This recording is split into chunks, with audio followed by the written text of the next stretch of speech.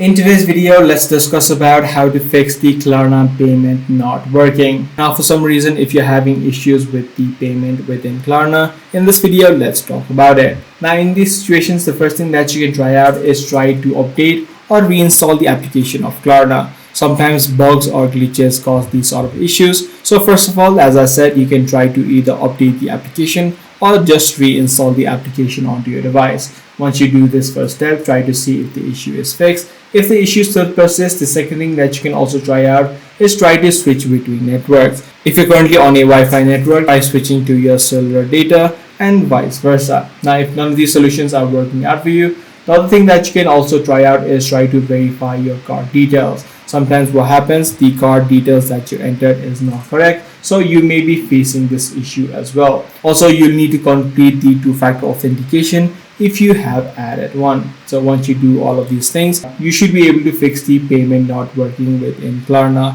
If this video was helpful to you, be sure to subscribe. I'm going to see you in the next one.